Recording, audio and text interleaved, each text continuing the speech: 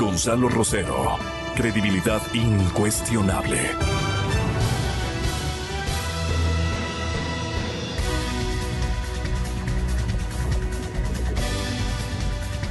Tenemos mucho gusto en recibir los señores invitados. Y a ustedes también, estimados amigos oyentes, muy buenos días.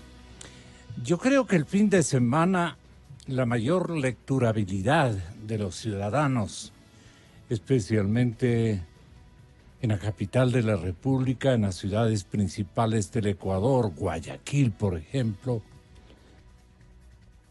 la página editorial de la revista Vistazo, así como el titular y el contenido más importante de la jornada y de la lecturabilidad debe haberse expresado en esta expectativa que tenemos todos de que el germen de la violencia está vivo. Y claro, la pregunta concomitante es, ¿qué se viene para nuestro país? Doctor César Mantúfar, bienvenido, muy buenos días. Saludo también la presencia del presidente de la Federación Nacional de Servidores Públicos, don Miguel García. Gracias a los dos. Comencemos, porque el germen de la violencia está viva. ¿Qué se viene? Titulaba la revista, el magazine Vistazo.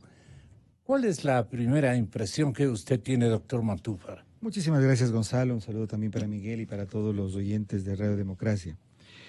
Yo creo que la crisis que ha vivido el país, o que vivió el país, o que está atravesando el país en el presente, es de una complejidad que muy pocas veces la hemos visto. Yo creo que hay que distinguir lo que han sido los procesos de protesta social, de inestabilidad política, de movilizaciones, de paros indígenas, de crisis gubernamentales, de respuesta ciudadana a medidas económicas pasadas, de lo que hemos vivido, lo que estamos viviendo en este momento.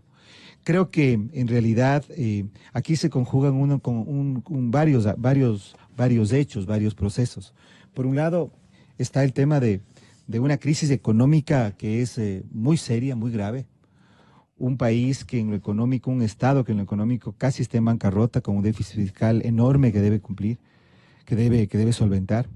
Está, me parece a mí, la estructura que dejó el anterior gobierno, que me parece que sigue vigente, y sobre todo su capacidad de generar procesos de desestabilización, que además tienen una característica transnacional, de financiar procesos de protesta social con niveles de violencia jamás vistos, que no son protesta, en realidad es vandalismo y golpe de Estado. Ya no estamos hablando de protesta. Estamos hablando también de un gran descontento de la ciudadanía. Yo creo que a veces no nos reparamos en mirar aquello, pero en realidad también, sobre todo en los sectores medios y más populares, hay un gran descontento porque la crisis está golpeando a todos. Y creo que esa crisis, ese impacto se traduce en un gran descontento y una ansia de movilización. Y me parece a mí que está también lo que los movimientos sociales, el movimiento indígena, el movimiento sindical también han hecho. Yo creo que se conjugan varios elementos y eso hace que la actual crisis sea una crisis que tiene características absolutamente distintas, sui generis, pero que ponen en riesgo a la democracia, que ponen en riesgo al Estado de Derecho, que ponen en riesgo la integridad, la propiedad, la vida de los ciudadanos, y por lo tanto creo que en ese momento merecemos propuestas y respuestas creativas para poder salir de la situación en la que nos encontramos.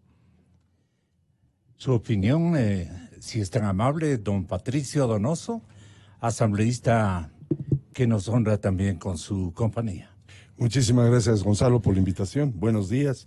Saludo a César, a Miguel y por supuesto a toda la gran y enorme audiencia de EXA Radio Democracia. La situación es complicada.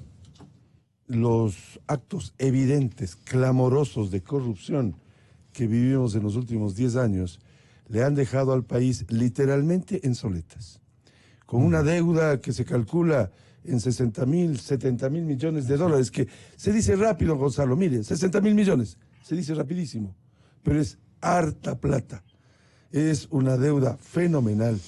Y no hay derecho que habiendo recibido tantos miles de millones de dólares, producto de un precio internacional del petróleo tan elevado, yo recuerdo en su momento estuvo a $140 el barril, increíble, habiendo recibido tanta plata, se hayan hecho algunas obras, casi todas con sobreprecio, casi todas con corrupción, y sobre todo sin utilizar esa plata, que vaya usted, Dios sabrá dónde está, porque se lo hizo con deuda.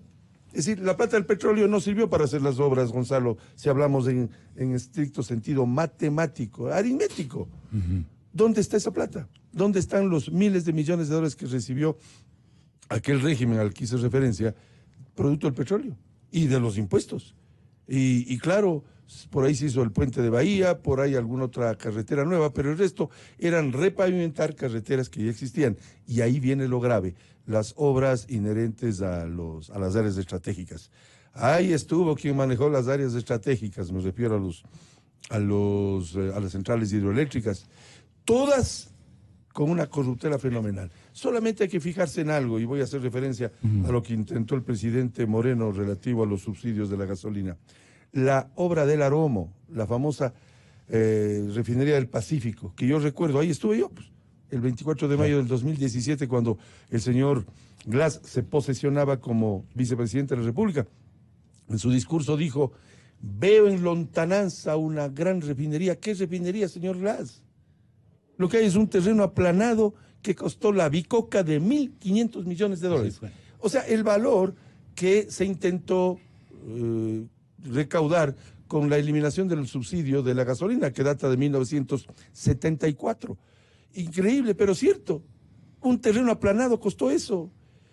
Hablemos, y fue a la Comisión de Desarrollo Económico, a la cual yo pertenecía hasta mayo de este año, ahora estoy en el régimen económico.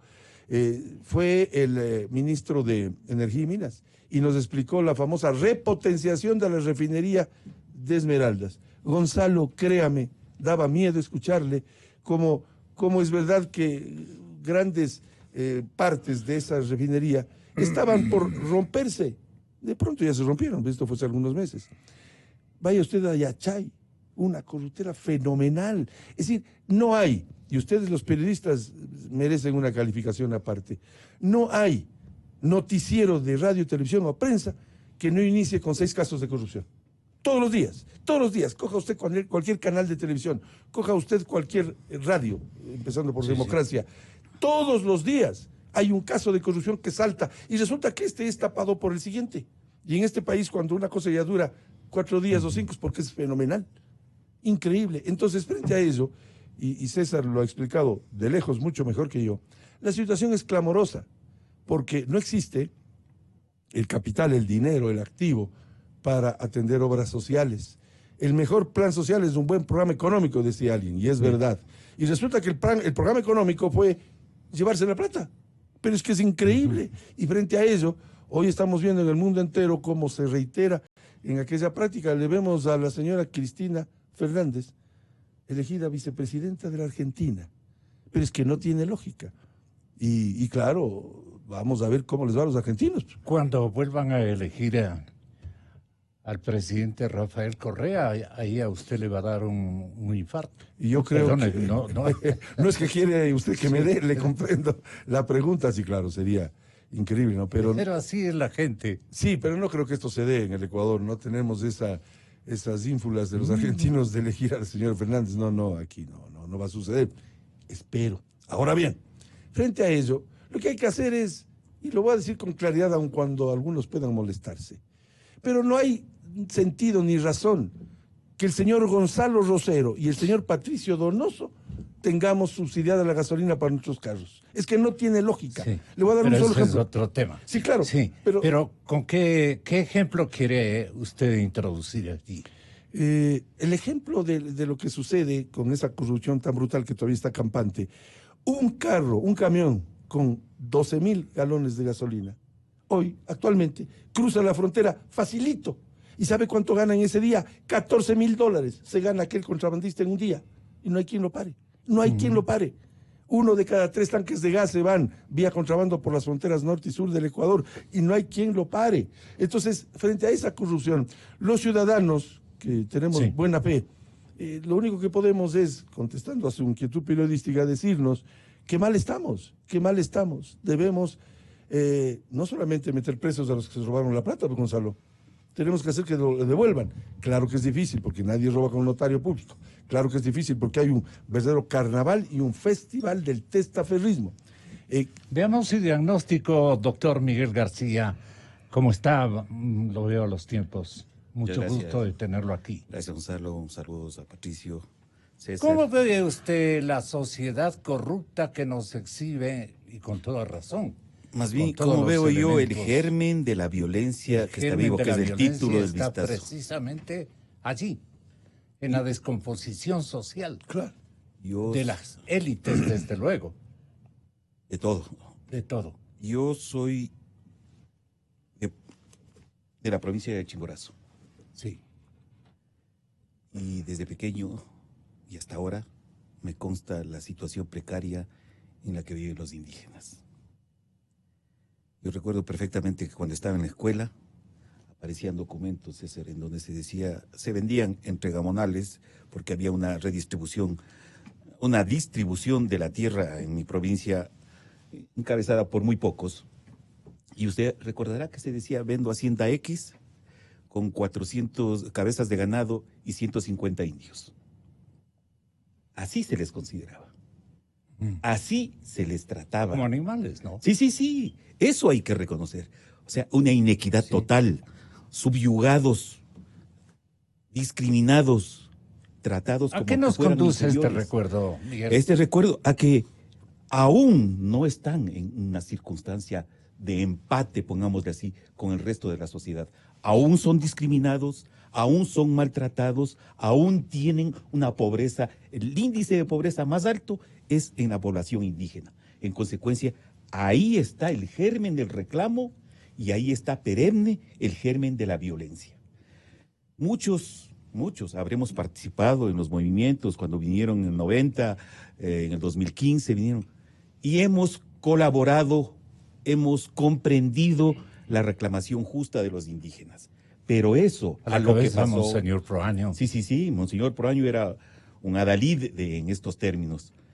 Pero lo que pasó en esta última definitivamente tiene que llevarles a la meditación, no solo a los que comprendemos que la situación de los indígenas es absolutamente precaria todavía, sino también a los dirigentes de los movimientos indígenas. Sí a un reclamo justo, pero lo que sucedió en Quito, vandalismos, atracos, atentados contra la propiedad privada, insultos, agresiones, eso no es permitido. Y más aún, los que hemos participado gremialmente y todos los que estamos aquí lo hemos hecho, sabemos la responsabilidad que tiene el dirigente para conducir a sus masas.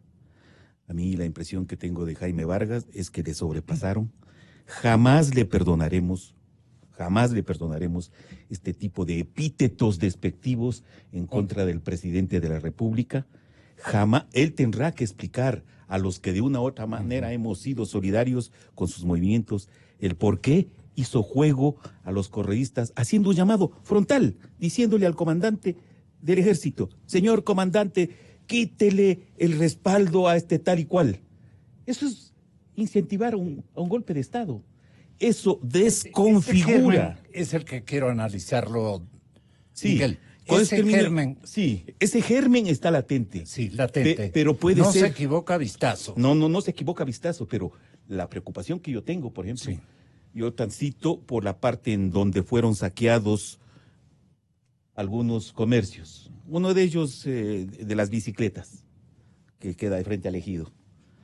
Y escucharle, no puedo decir las palabras, le conozco y me dice, ¿cómo estás? Le saludo, ¿cómo te fue?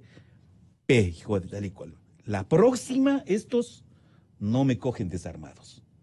En consecuencia, si empieza a transmitirse esta circunstancia de que si me agreden innecesariamente, si se sobrepasa y no tiene control la dirigencia, la próxima no me cogen desarmado. Imagínese si se corre esta circunstancia, este rechazo que generó cierto tipo de actitudes.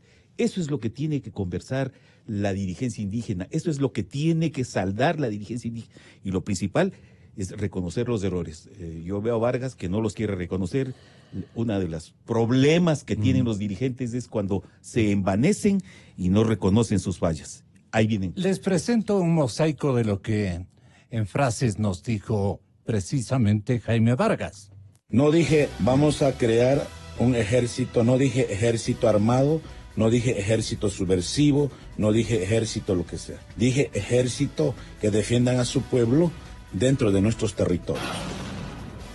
¿Qué pasó en Morona, Santiago, en la comunidad Nanguinza? A 10 familias indefensos, yo quiero que el Estado reconozca eso. ¿Qué pasó? 10 familias tenían que entrar más de 1000 militares, policías, tanques de guerra, helicópteros, ¿no? Cuando fueron desalojados apoyando a una empresa china. Entonces, eso es lo que nosotros buscamos, dar seguridad a nuestras comunidades, a nuestros campesinos, a nuestros agricultores, que hoy están siendo marginados también. Con armas, sin armas estamos preparados, decía siempre. Nosotros reconocemos a nuestras autoridades electas, que podríamos hablar del mismo gobierno, ¿no? Pero sí vamos a exigir con propiedad el respeto a los derechos colectivos. Yo creo que la señora Paula Romo, que ayer decían ya no es Romo, sino es plomo, porque mandaron disparar al pueblo ecuatoriano. No, pero ella no manda a disparar. Sí, pues. Entonces hay que hacer eso, pues a ese nivel. Antes nos hacían de ponchos dorados, ahora nos han hecho de coronas de tahuasa dorados, ¿no? Millonarios. Pero yo quiero decirlo de corazón, si algo dije, pues pedirlo, ¿no? Al pueblo ecuatoriano, ¿no? El respeto, ¿no? A toda la integridad nacional. En lo cual yo creo que los achuar, el Estado tiene que reconocer. Me preguntaron, ¿es la intención de tumbar al gobierno? El pueblo nunca ha tumbado a los gobiernos, sino que se dejan tumbar por tomar decisiones unilateralmente, o sea, no toman en cuenta las propuestas de la colectividad. Yo no soy enemigo de una oposición, yo comparto con mis opositores, porque eso te alimenta para fortalecer. Yo creo que el gobierno actual o sus ministros no midieron las consecuencias que iba a dar este decreto 884. En unos pocos minutos, los síntomas de un descontento, pero más de un juicio de valor bastante drástico, irrespetuoso, conflictivo y una prepotencia y audacia singular, como lo dijimos, de pasito y continuo, para no fregar la entrevista. El hombre y muchos de estos altos dirigentes del indigenismo ecuatoriano están algo así como sobreevaluados, doctor Montúfar, ¿o cómo los calificaría usted? A ver, Gonzalo, me parece que precisamente este punto es un punto que es vital desentrañar. Porque hay dos dimensiones que me parece a mí deben ser separadas, pero que están muy, digamos, ambiguamente vinculadas. El uno es el de la protesta social. Yo creo que evidentemente aquí hay una línea, hay un descontento popular. Yo creo que todos nos pudimos ver los días de la crisis, la situación de miles de ciudadanos espontáneamente que salieron a protestar y que salieron a oponerse al paquete de medidas económicas. Yo creo que en Quito eso fue evidente. Y por otro lado está la movilización organizada. Y la movilización organizada tiene dos dimensiones: la dimensión de los movimientos sociales, indígenas, sindical y otras organizaciones, y la del golpismo. ¿Usted cree que fue un intento de golpe? Absolutamente, absolutamente. Incluso lo denunciamos precisamente el día 12 de octubre, cuando los hechos se estaban dando. Y aquí el tema, me parece a mí, y yo creo que ahí coincido con Miguel. Porque atacaron, como dice Vistazo, rastrillos militares, pozos petroleros, reservorios de agua, antenas de telecomunicaciones, incluso una escuela de policía. Así es, en medio de comunicación. Lo de los pozos petroleros es realmente muy grave. Sí. Es decir, hubo un intento de golpe de Estado. Ahora, en primer lugar está ahí, yo diría, la connivencia, la condescendencia, por decirlo menos, de los dirigentes del movimiento indígena, principalmente el señor Vargas, de no distanciarse del golpismo. Yo creo que ya en este momento es evidente. Nosotros no lo hemos escuchado jamás en el contexto de las declaraciones que dio durante el paro, en el proceso de negociación y ahora, un deslindamiento con el golpismo. Entonces yo creo que aquí hay un tema que él tiene que rendir cuentas al país, porque no es así nomás, es decir, no es un problema solamente de haber dicho que el movimiento indígena fue atacado por el anterior gobierno. ¿Qué evidencias le imputaría a usted a Jaime? Yo creo que él tiene que, yo creo que él tiene que claramente deslindarse. Y lo segundo es ya lo que se tiene que hacer con el golpismo. Y me parece a mí que yo he venido hablando de esto en los últimos días porque me parece fundamental. Yo creo que tenemos que exigir, principalmente en el caso de Quito, la ejecución de un plan emergente de seguridad. Lo que pasó el 12 de octubre, ese sábado, no puede volver a pasar en la ciudad. No podemos estar ante la situación de que se ponga en funcionamiento, se active un golpe de Estado, se sitie la ciudad, se ataquen los temas, o se tome posesión de los puntos neurálgicos de la ciudad, se ponga en riesgo la vida y la propiedad de millones de ciudadanos quiteños sin que haya una respuesta. Fíjese, Gonzalo, que estuvimos a punto de enfrentamientos entre ciudadanos. Ciudadanos que ante la indefensión de un Estado que no respondía y que los dejó realmente en una situación de extrema vulnerabilidad, salieron a defender por sus propias manos sus urbanizaciones, sus barrios, su propiedad. Eso es inconcebible en un Estado democrático, en un Estado de derecho. Por lo tanto, yo creo que lo que pasó el 12 no puede volver a pasar en Quito. Es que los primeros sorprendidos, perdone la interrupción, doctor Montúfar, y vale traerlo a colación, es que los mismos jefes militares, en este caso como ejemplo, Roque Moreira, el señor general Moreira, ex jefe del Comando Conjunto de las Fuerzas Armadas, dijo literalmente: en mis 38 años de carrera han existido manifestaciones y movilizaciones, pero no de forma tan agresiva, llenos de tanto odio, de actos vandálicos y delincuenciales. ¿Por qué tanta ambición, por ejemplo, de tomarse la Contraloría? Un poco para rebuscar las causas y los efectos que lograron interesados en destruir testimonios y seguimientos de miles de juicios, seguramente, bueno, que aluden precisamente al narcotráfico y más, y a la corrupción del sector público. No le tengo más que recordar a usted. Yo creo que es claro lo que estaban haciendo. Había un golpe de Estado y había un intento de destruir la evidencia. Pero, Gonzalo, el problema es qué hacemos de aquí en adelante. O sea, me parece que esa es la respuesta, esa es la pregunta. Yo le digo, en el caso de Quito, me parece que Quito tiene que ser tomado como un hecho y un caso especial por ser la capital del Ecuador. Y por eso es que me parece a mí que en este momento lo que las autoridades y el alcalde de Quito deberían llevar adelante, y aquí en lo del alcalde yo sí quisiera hacer un punto de orden en el sentido de que él tiene que también responder y tiene que ser investigado por sus acciones durante el paro. Me parece que lo que sucedió con Quito y con la principal autoridad municipal no puede quedar ahí. Pero vamos a decir, la alcaldía de Quito, la administración municipal, el gobierno nacional, las Fuerzas Armadas de manera subsidiaria en los estados de emergencia y la Policía Nacional y las organizaciones barriales y las organizaciones sociales deben estar preparadas para diseñar y ejecutar un plan de seguridad para que lo que sucedió el 12 de octubre de este año no vuelva a ocurrir con nuestra capital. No volvamos a ese escenario de casi enfrentamiento entre ciudadanos. No volvamos a ese escenario de una ciudad sitiada, de una ciudad en cuyos puntos neurálgicos son atacados por el golpismo. Entonces, me parece que es importantísimo interpretar correctamente la situación. Es importantísimo demandar claridad y deslindamiento a las organizaciones sociales. Es importantísimo también reconocer la protesta social como un derecho, pero es fundamental y estratégico en este momento reconstruir la estructura de seguridad del Estado y ejecutar el diseño y ejecución de un plan de seguridad para Quito. Esto es responsabilidad del gobierno, principalmente el Ministerio de Gobierno, la Policía Nacional, la Alcaldía de Quito, las organizaciones de la sociedad civil, las organizaciones barriales, para que estemos preparados.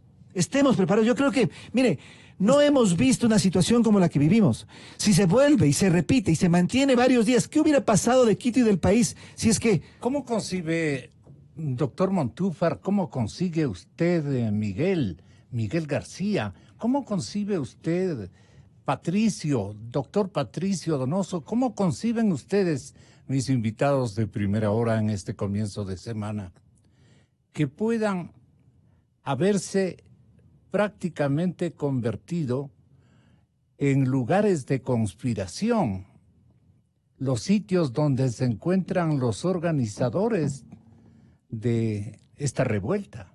Porque fue una revuelta tan bien calculada, diseñada para lograr qué objetivos buscaban, es lo que yo le pregunto. Y cuando le decía, y al señor, yo le dije, no solamente a Vargas, sino que le dije yo al propio alcalde de Quito, ¿dónde estuvo usted? Usted tuvo que hacerse el pendejo. Le dije, perdóneme, pero ese fue el estilacho que se mandó esa mañana, porque no quiso comparecer ante algo que él sabía que iba a ocurrir, porque no nos queda sino decirlo de esa manera, doctor Donoso. La sabiduría popular, cuando alguien hace lo que le da la gana, suele hacer referencia a un dicho muy práctico, que es patente de corso. Todos hemos oído qué significa patente de corso. Significa que el corsario puede hacer lo que le venga en gana, sí, con autorización del régimen, del municipio, de todo el mundo. Es decir, el corsario que rompe lo que quiera, en otras palabras, esa es la patente de corso. Y no podemos soportar que un ciudadano o grupos de ciudadanos tengan en un país que se supone civilizado y democrático patente de corso. Mire, Gonzalo, usted, yo y quienes estamos en la mesa, vivimos la caída de los gobiernos del año 1997, la del 2000 y la del 2005. En esos 3 episodios hubo manifestaciones, quejas, sin duda, pero la violencia vandálica que vivimos el 12 de octubre y los días aciagos, aquellos 11, no hemos vivido nunca, nunca. ¿Cómo es posible que haya existido la estupidez de agredir a una ambulancia? La estupidez de pegarle palos a una motobomba, cuando la ambulancia y la motobomba, es decir, el carro de los cuerpos de bomberos, acuden a salvar vidas, pues. Y alguien, y eso hay que sancionar, y le doy el dato a la opinión pública, la Asamblea la semana pasada, con mi voto a favor, por supuesto, votamos para que se integre una comisión multipartidista de asambleístas para que en el lapso máximo de un mes emitan un informe sobre aquellos que hicieron uso de la patente de corso, pues, que hicieron lo que les da la gana, insultaron al presidente, capturaron policías, los vejaron, lo quemaron a uno de ellos. Yo he visto ayer en Teleamazonas, y perdóneme que diga un medio de comunicación, en Teleamazonas vi anoche en el noticiero cómo es verdad que existen varios policías, el uno prácticamente ha perdido el ojo, el otro tiene un 60% de quemaduras, los otros no pueden volver a practicar su profesión, que es la de ser policías, porque unos cuantos que tuvieron patente de corso hicieron lo que les dio la gana y quemaron a un policía, secuestraron a periodistas, Gonzalo, a Freddy Paredes, casi lo matan. Se tomaron un canal de televisión, intentaron tomarse un periódico aquí en Quito. Es que eso es inaceptable y esto tiene que ser investigado. Y voy a decir un quiteñismo, no me vendrán después con que adiós no nos dimos cuenta, nada de adiós. Esto tiene que ser investigado y sancionado. Mire usted, quemaron el 5º piso de la Contraloría. Es decir, sube la gasolina y corren a quemar el 5º piso de la Contraloría. Por Dios, esto tiene que ser investigado. No podemos soportar patentes de corso. Miguel, y termino sí, solamente esta partecita. Hubo un señor que dejó sin agua potable a Ambato. Increíble. Hubo un señor que se metió a una empresa, Parmalat en este caso, y perdónenme que le diga, sí, y los acabaron. Hubo gente que con patente de corso se metieron a florícolas y quemaron hectáreas de hectáreas que cuesta tanto y que generan empleo, por supuesto, sobre todo de mujeres, y quemaron las flores. Es que esas estupideces no pueden ser aceptadas en un país que pretende vivir en democracia. Doctor García, la verdad es que Quito estuvo a merced, digamos, de estas estrategias tremendamente ofensivas, tremendamente irresponsables. Y yo diría que incluso por breves segundos satánicas no se entendía cómo las cosas de esta revuelta se habían preparado con tanto énfasis de negativismo que el momento en que queríamos ver el liderazgo del alcalde, yo le pregunté, el liderazgo se fue a darse una vueltita, pero después de la cobertura quiteña. Yo le dije esto al alcalde. Le tocó hacerse un poco el pendejo en esos días álgidos. Me con todo tocó respeto. ser sensato. Yo creo que me tocó ser sensato. Creo que no es, perdone, utilizando sus mismos términos, creo que no es de pendejos analizar que ahí subirse a una tarima, gritar y decirle alguna palabrita en un momento tan tenso, que hubiese sido una situación que yo no la quisiera llevar en mi cargo de conciencia, lamentar pérdida de vidas humanas, o enfrentar a la sociedad, o generar un fratricidio. Yo estuve preocupado. No hizo lo mismo. Cada quien tiene que responder por sus actos, estimado Gonzalo. Yo estuve pendiente de que no le falte agua potable a Quito, que no le falte electricidad, que no le falte alimentos, que... Eso es lo que manifestó. ¿Cómo le parece? La ciudad estuvo prácticamente abandonada por sus hijos más convocados a darle una acción de defensa inmediata y contundente, pero no aparecieron. Ni la prefecta ni el alcalde. ¿Usted los vio por algún lado? Doctor García. Gonzalo, es claro que nosotros como gremios hemos participado en tipos de movilizaciones, pero no podemos ocultar la verdad. Lo que se vio en Quito, el vandalismo, la ofensa, eso han dicho los compañeros indígenas que no es imputable. Pero si no es imputable a ellos, lo toleraron y si no, y en algunos casos lo protegieron. El día 12 conversábamos con varios compañeros que viven en todo alrededor de Quito, y coincidencialmente empezaron a las 9 de la mañana a llegar brigadas a cada uno de los barrios. Eso no es parte, eso es absolutamente planificado. Y eso cuesta. Y esa coordinación para generar ese día de manera unánime en todos los barrios o en algunos barrios, generar caos, miedo, eso estaba planificado. Y ahí sí, yo acepto de que había infiltrados con dinero y con propósitos políticos. Quiero creer de que los señores indígenas no estaban al tanto que iban a ser utilizados, pero el momento que Vargas dice lo que dice frente a 5,000 personas y frente a toda la prensa de que hay que quitarle el apoyo, o sea, que hay que dar un golpe de Estado, y además expresa lo que expresó en los términos que expresó, no, ya no me quepa duda de que él no le parece mal y no se está alejando, ojalá no se esté acercando a estos grupos que ya no buscan reivindicaciones sociales, sino golpismo. Y el golpismo, cuando se dice en derecho que se va a cometer un delito, la primera pregunta, César, es ¿a quién le beneficia? Y esto ahí cómo contesta Guillermo. Le beneficia a Correa. Sí, mire, yo quisiera seguir la línea de tanto Patricio y Miguel en el análisis y decir realmente, a ver, ¿qué hacemos en adelante? ¿Cuál es la respuesta?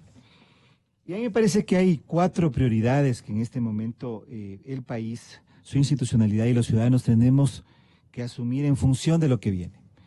No me quiero meter en el tema ya de la política económica, que me parece que es clara, y ahí hay un asunto muy importante que el poder tiene que salir, que tiene que ejecutar. Pero yo me refiero específicamente al tema de la crisis, de lo que sucedió en esos días. Primero, yo creo que hay que desactivar la estructura de golpismo que armó el correísmo y que la tiene muy bien financiada y organizada. Yo creo que para eso es fundamental que se reactiven y se reconstituyan las estructuras de inteligencia. ¿Quién fue? Bueno, fue Rafael, fue sin duda que fue el cabecilla de lo que ocurrió. Sí.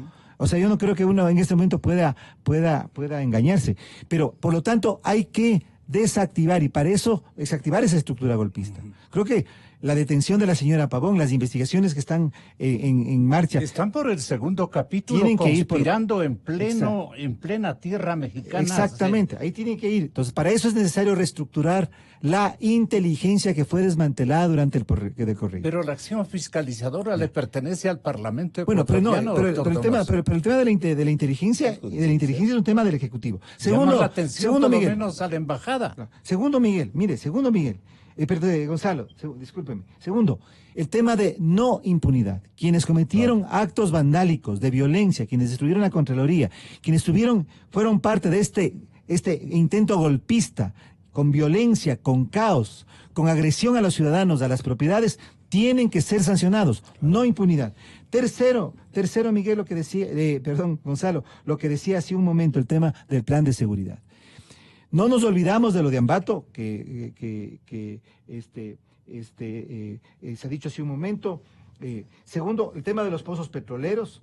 Sin embargo, para Quito es necesario que podamos contar con un plan de seguridad en que participe el gobierno, la policía, subsidiariamente el ejército, el municipio de Quito y las organizaciones barriales, para que lo que ocurrió el 12 de octubre, Gonzalo, no vuelva a ocurrir.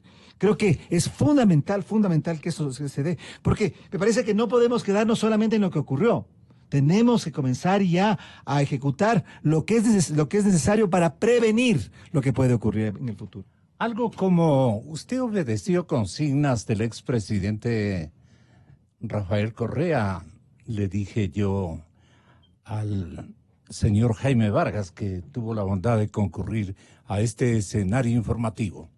¿Algún emisario correísta que le dijo, tú puedes llegar a ser el comandante en jefe de las Fuerzas Armadas de tu pueblo? No tengo ni mínima idea. Yo no he tenido ningún acercamiento con nadie, ¿no? ¿Usted no ha conversado? No he conversado con nadie, ¿no? ¿No lo conoce a Rafael Correa? Le conocía solamente porque yo fui perseguido durante 10 años del correísmo. Y tengo juicios penales hasta este momento por defender mi territorio, cuando fui presidente de la Nación Achuar del Ecuador, ¿no? Yo le conocí a él cuando yo fui director financiero de la Dirección de Educación Achuar, cuando él fue ministro. Entonces yo no tengo ningún acercamiento, yo voy a respetar todas las ideologías políticas y respeto a mi pueblo ecuatoriano. ¿Qué entiende usted encierra en su intencionalidad política y un poco circunstancias que enervan, que cosas que visualizó la colectividad ahora lo niegan enfáticamente? Así es. ¿Y de qué le acusa usted al dirigente indígena asambleísta en su condición de fiscalizador fundamental a nombre del pueblo ecuatoriano? ¿De qué le acusa usted? El jueves 10 de octubre, como vicepresidente de la Asamblea, intenté llegar a la Asamblea. Jueves 10 de octubre, 2 días antes del asiago 12 que César relata. Y yo me decía a mí mismo y la persona que me acompañaba que debe estarse lamentando Steven Spielberg de no estar aquí presente. Porque si Steven Spielberg estaba presente, hubiese visto el escenario ideal para una película de catástrofe. Porque es increíble, en las inmediaciones de la Asamblea, donde pretendí, vi un escenario de guerra brutal. ¿Quiénes armaron esa guerra? Obviamente los que financiaron esto, lo sabemos perfectamente, pero ¿quiénes la aplicaron? Es que hay que ver lo que sucedió en el ágaro de la Casa de la Cultura, donde francamente no solamente hubieron insultos inenarrables a la primera autoridad del país, sino que les cogieron a unos policías y los humillaron, les cogieron a unos periodistas y los humillaron. Y cuando hacía referencia hace pocos minutos contestando su pregunta, sí apoyamos en la Asamblea, por supuesto, que esto se investigue.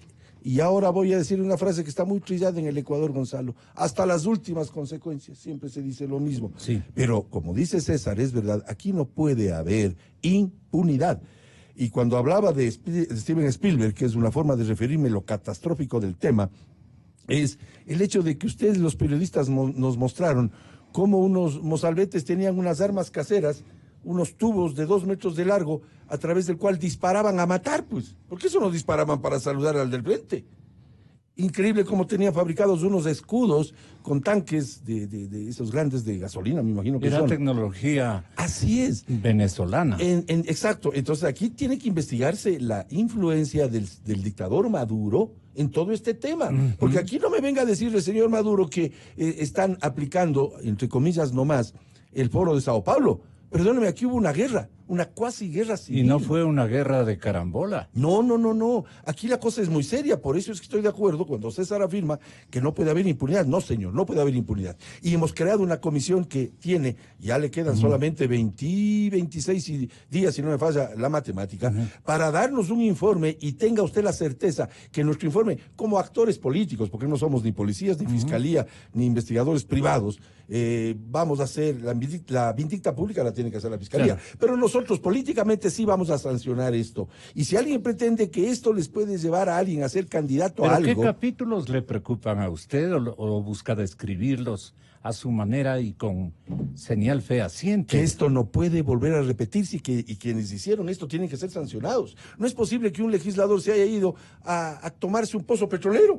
Pero es que eso es inaceptable. La pérdida para el país, no solamente la pérdida en millones de dólares, no sé cuántos sean, yo no soy experto, pero perder esa plata, dejarle a una ciudad sin agua potable. ¿Saben ustedes lo que es dejarle sin agua potable a una ciudad? ¿Saben lo que es secuestrar a 2 alcaldes? ¿Saben lo que es humillar a la prensa? Yo siempre he sabido, y usted más que todos nosotros, Gonzalo, lo arriesgada que es la profesión periodística, pero no es posible que a un señor casi lo mataron, a Freddy Paredes casi lo mataron, se metieron a un canal. Yo he visto en las escenas que mostró la televisión, que en 7 segundos, Gonzalo, créame, en 7 segundos sacaron de cuajo una puerta de seguridad de un canal de televisión que es casi imposible sacarla. Sí. Es decir, eran expertos, de eso me refiero, expertos en armas y muy bien financiados, ¿ah? No me vengan con cosas. Ustedes mismos, los periodistas, nos presentaron unos testimonios de personas que decían que si no iban les cobraban $50. Entonces, aquí no hay aquello de adiós, yo no he sido. No, señor. El tema es que eso es lo que ha acontecido, doctor Motúpar. Sí, Gonzalo, el negar es padre y madre, dicen, pues, en lenguaje criollo, ¿no? Pidiéndole disculpas que voy a tener que retirarme, como le había anticipado después de mi intervención.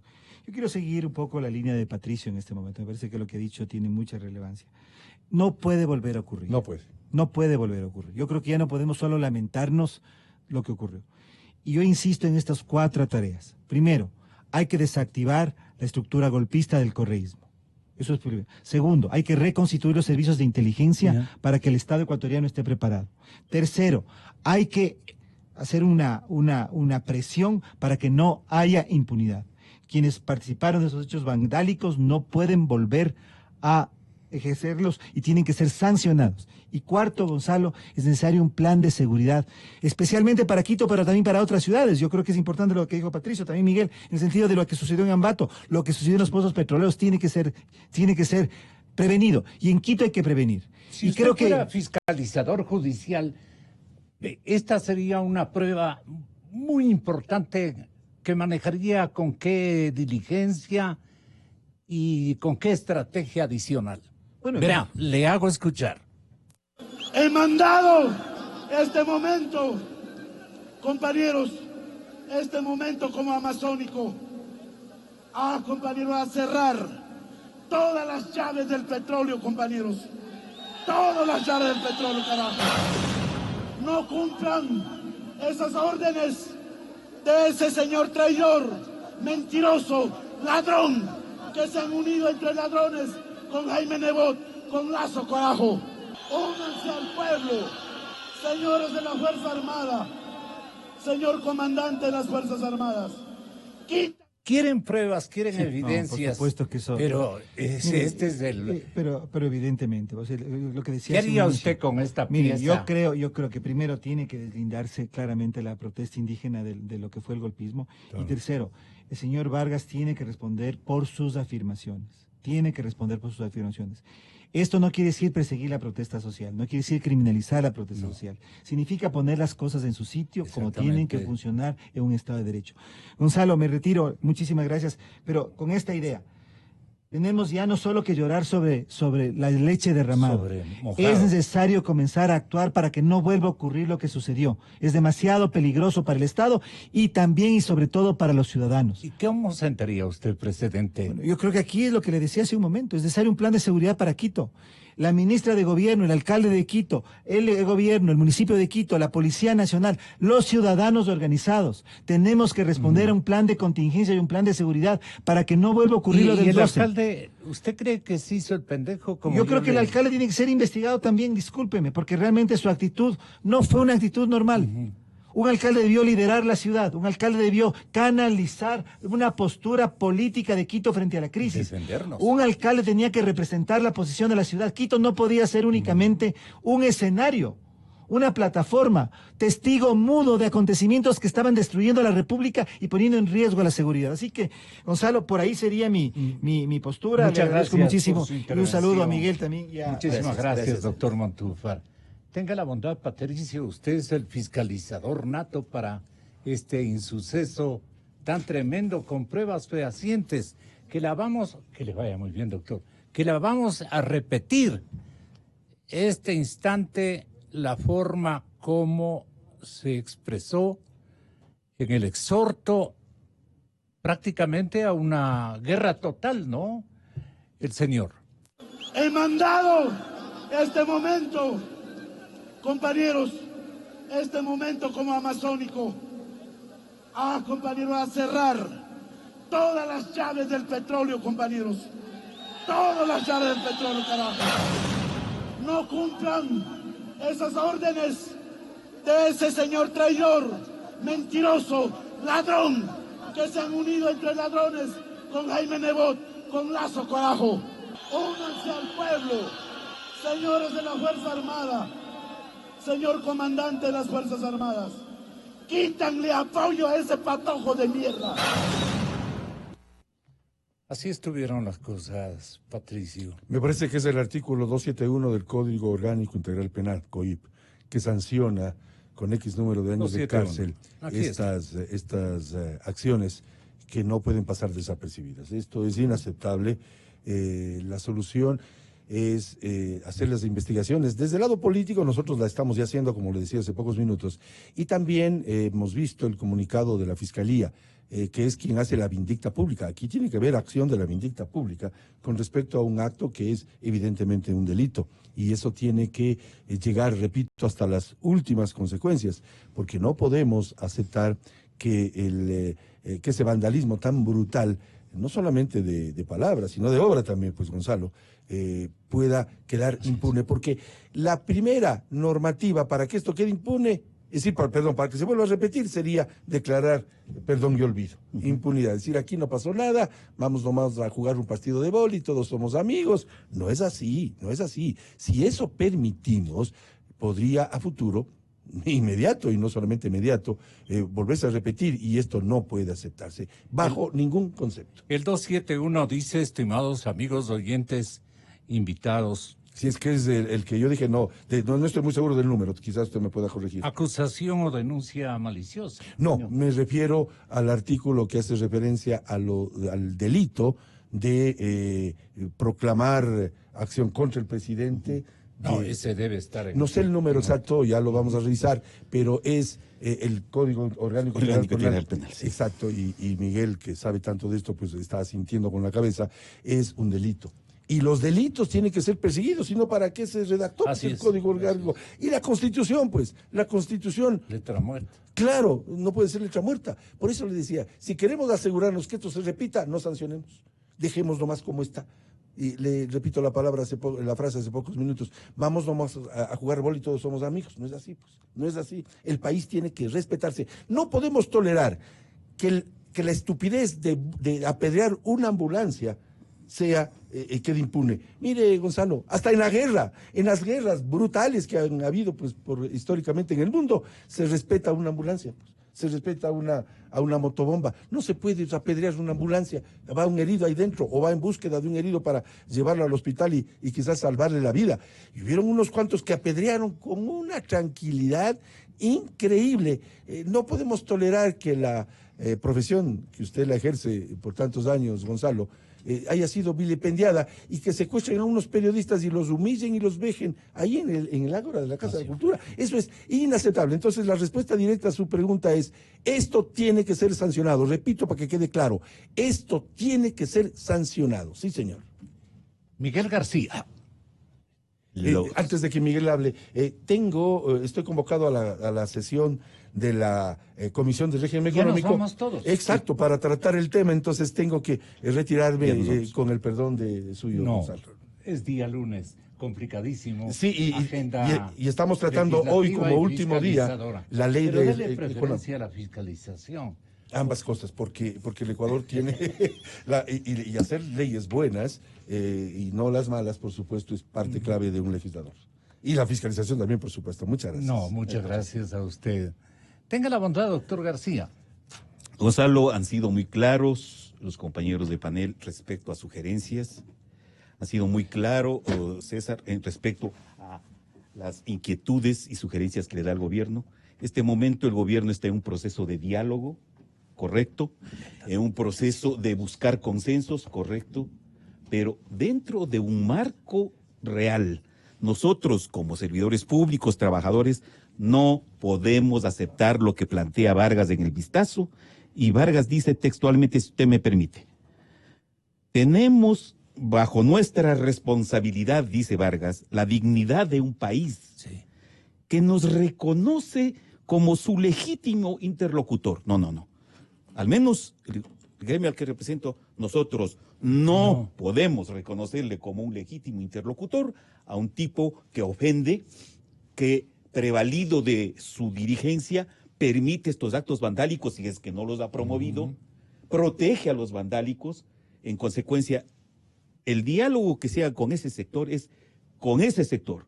Nosotros hemos sido solidarios con las reclamaciones justas de la clase indígena, pero este tipo de expresiones, este tipo de vanidades, este tipo de proyección política que están dándose en este momento, hasta ahí llega nuestra solidaridad. En consecuencia, el gobierno debe tomar en cuenta de que los diálogos son con todos los sectores y que algunos, como nosotros, le expresamos claramente al gobierno. Nosotros no nos sentimos representados ni le hemos encajado la responsabilidad de que el movimiento indígena y Vargas sea nuestro interlocutor. Un montón de gracias, señores invitados.